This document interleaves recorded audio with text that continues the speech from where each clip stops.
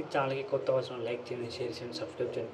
So interesting topic ఏంటంటే ప్రభాస్ నడుస్తున్న fauji cinema తెలిసిందే. సో అందులో హీరో నడుస్తున్న సినిమా. సో ఆ హీరోయిన్ పేరు ఇమాన్వి. సో ఆ అమ్మాయికి పాకిస్తాన్తో సంబంధాలు ఉన్నట్టు నిన్న జరిగిన దాడిలో చాలా విషయాలు చాలామంది ట్రెండింగ్ అవుతున్నాయి. సో అసలు వాడి గురించి మాట్లాడుకుందాం. సో ఆ అమ్మాయికి ఆ హీరోయిన్కి పాకిస్తాన్ వాళ్ళతో సంబంధం ఉందా? సో తనని బ్యాన్ చేయాలి, ఆ సినిమాని తొలగించాలి, చాలామంది డిమాండ్ చేస్తున్నారు. సో ఇది నిజమా అబద్ధమా?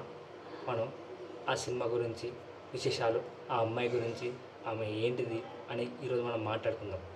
ప్రభాస్ నటిస్తున్న ఫౌజీ సినిమాలో నడుస్తున్న ఇమాన్వి ఇస్మాయిల్ తన జాతీయతపై స్పష్టత ఇచ్చింది.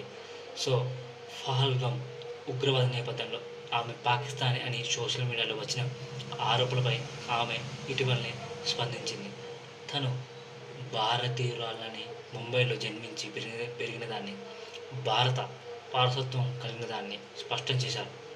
ఇమాన్వి ఇస్మాయిల్ మాట్లాడుతూ, నా జాతీయతపై వస్తున్న వదంతులు అసత్యం, నేను భారతీయురాలని, ఇలాంటి అపోహలు నా కుటుంబాన్ని చాలా బాధించాయి అని అన్నారు. ఆమె తన సోషల్ మీడియా ఖాతాలో ఈ విషయాన్ని పంచుకున్నారు. ఫౌజీ సినిమా షూటింగ్ సమయంలో పహల్గామ్లో జరిగిన ఉగ్రవాద తర్వాత సోషల్ మీడియాలో ఆమెపై పాక్ అనుబంధ ఆరోపణలు వచ్చాయి.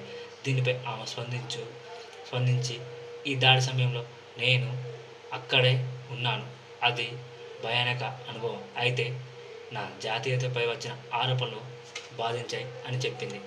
ఆమె మాట్లాడుతూ, నా కుటుంబం భారతదేశానికి చాలా సేవలు అందించిందని చెప్పింది.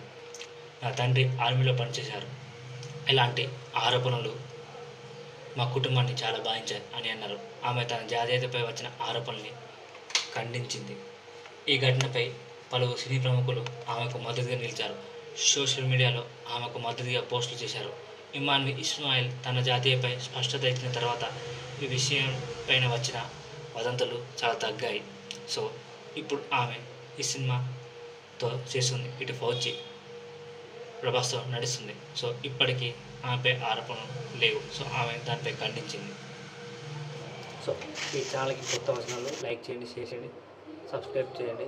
జై హింద్.